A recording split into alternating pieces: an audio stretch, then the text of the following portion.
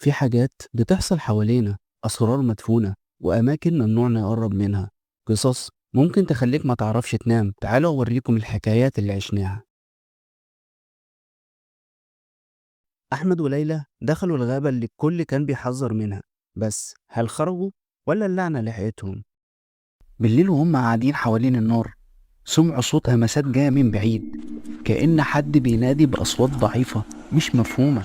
ليلى قالت حد سمع الصوت ده، وفجأة سمعوا حاجة زي ضحك طفلة، بس الصوت كان غريب، كأنه جاي من جوه الأرض. وهما بيتكلموا بيحاولوا يهدوا نفسهم، ليلى قامت فجأة وقالت أنا حاسة إني مش قادرة أتنفس، ومشيت شوية لورا، وفجأة بصوا وراها ملقوهاش، كأنها اختفت في لحظة. سامي صرخ ليلى، ليلى انت فين؟ لكن مفيش رد.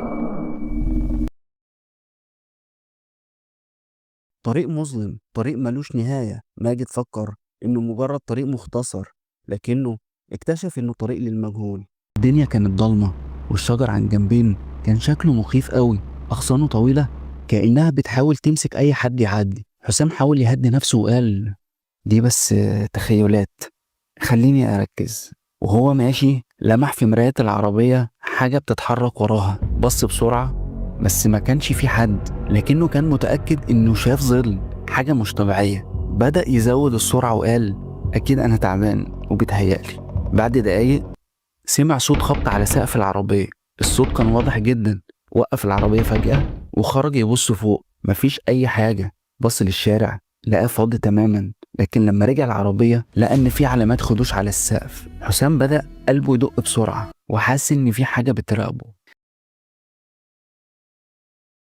ياسر ياسر انت فين؟ انا خايفة اوي، الدنيا ضلمة. تحت الركام وسط الضلمة سما وياسر كانوا لوحدهم.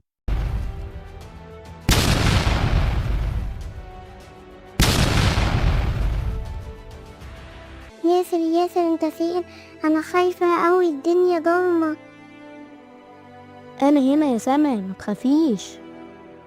سما سامعاني؟ قوليلي، كنت عاوزة تحلمي بإيه لما تكبري؟ كنت عايزة ابقى دكتورة زي ماما وعالجك لو تعبت، بس ايدي وجعاني اوي يا ياسر. ما تخافيش يا سما، هنعمل عيد ميلادك لما نطلع من هنا، وهنجيب تورتة كبيرة. فاكرة الشوكولاتة اللي بتحبيها؟ ياسر انا نفس الحكايات دي مجرد البداية، ولسه في أسرار أكبر مستنياك. لو عايز تعرف الحكايات الجديدة أول ما تنزل، اضغط على زر الاشتراك وسيب الباب مفتوح، يمكن نلاقيك في القصة الجاية. دي كانت البداية، بداية رحلتنا مع الحكايات الغامضة والرعب اللي بيستنى ورا كل زاوية. بس الرحلة دي مش هتكتمل لوحدي، احنا مع بعض. الشهر الجاي عندنا هدف، عاوزين نكون 500 مشترك. لو بتحب الحكايات الغامضة اشترك وخلينا نوصل مع بعض للهدف، يمكن تكون انت السبب في فتح الباب الجديد.